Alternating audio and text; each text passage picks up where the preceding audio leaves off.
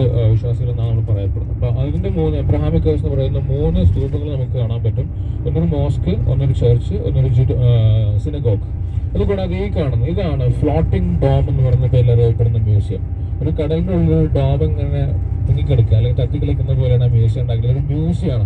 Museum എന്ന് വെച്ചാൽ ഈ ലോകത്തിലെ പ്രശസ്തമായിട്ടുള്ള പെയിന്റിങ്ങുകളും ആർട്ടിഫാക്ട്സുകളും കൊണ്ട് നിറച്ചു വെച്ചിട്ടുള്ളതാണ്.